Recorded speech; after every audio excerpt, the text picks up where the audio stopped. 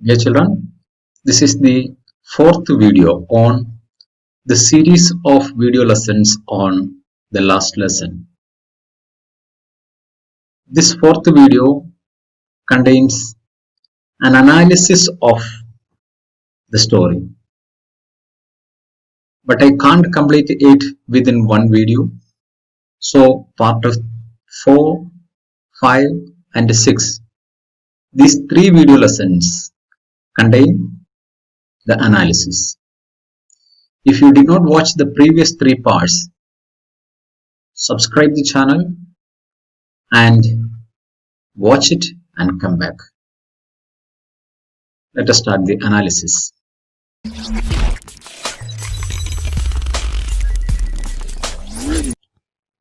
The last lesson by Alphonse Daudet. I started for school very late that morning and was in great dread of a scolding, especially because Monsieur Hamel had said that he would question us on participles, and I did not know the first word about them. For a moment, I thought of running away and spending the day out of doors. It was so warm, so bright. The birds were chirping at the edge of the woods, and in the open field back of the sawmill, the Prussian soldiers were drilling. It was all much more tempting than the role for participles. But I had the strength to resist and hurried off to school. The introductory part of the story tells us the narrator boy, little Franz, he is on his way to his school, but he is a little bit dread of going to school on the day. The reason is he is supposed to learn, he is supposed to recite the rules of participles that his master will ask him today. But he does not know even a single word of participles. He wants to enjoy the nature or the parading of the Prussian soldiers.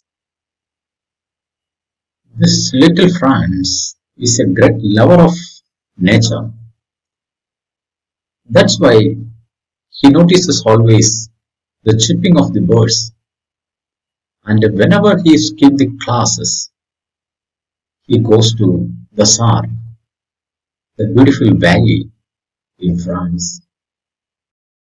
The narrative's fear of his master indicates the power imbalance in the relationship between the child and the teacher. It is because of this terror he hopes to skip the class. When I passed the town hall, there was a crowd in front of the bulletin board. For the last 2 years, all our bad news had come from there. The lost battles, the draft, the orders of the commanding officer. And I thought to myself, without stopping, what can be the matter now?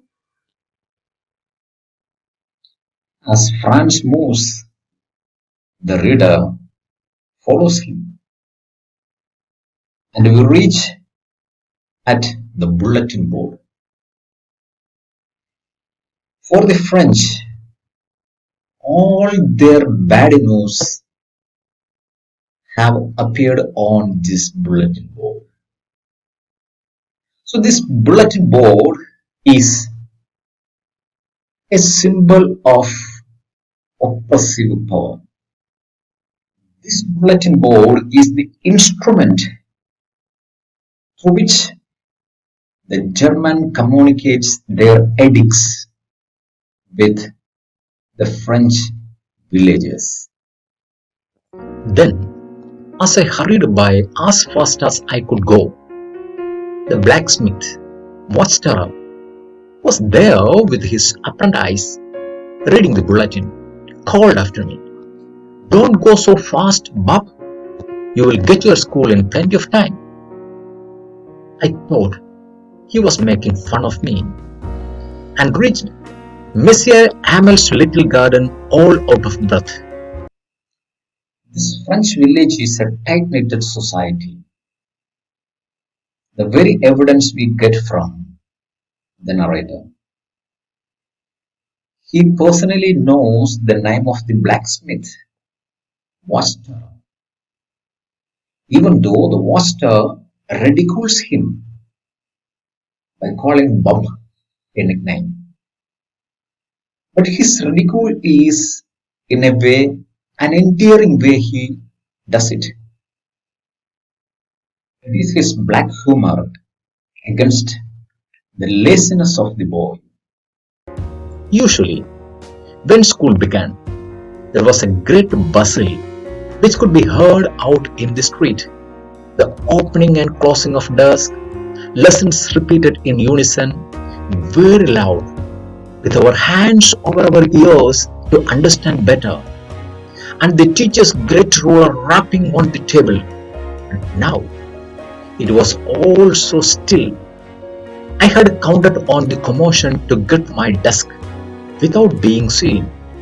But of course, that day, everything had to be as quiet as Sunday morning.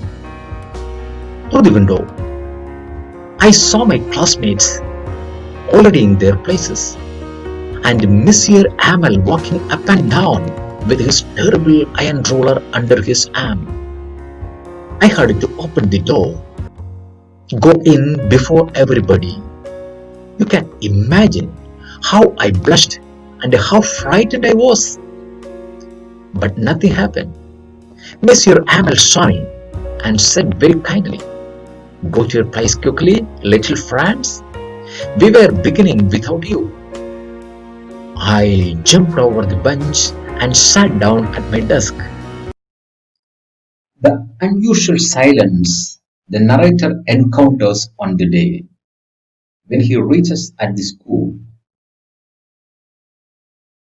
that indicates something occurred that happened in the school. Usually, the noise can be heard at the road. Along with the narrator, the reader also experiences something harsh that silenced the entire class. The story tells us usually he sneaks to his desk unseen. It suggests he is a regular latecomer to the class. Not till then, when I had got a little over my fright, did I see that our teacher had on his beautiful green coat, his frilled shirt, and the little black silk cap, all embroidered, that he never wore except on inspection and prize days. Besides, the whole school seemed so strange and solemn.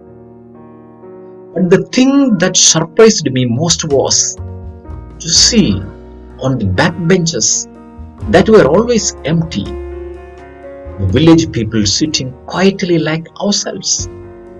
Old Hoser with his three-cornered hat, the former mayor, the former postmaster, and several others besides.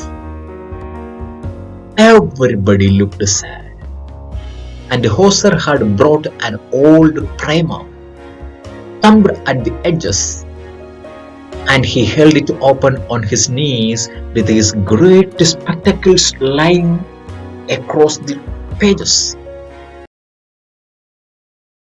After reaching there, the narrator notices two main changes happened in the school. Already he has experienced the silence, the unusual silence there. Now, after settling down in his desk, he notices the dress of his teacher. He is in his special day dress.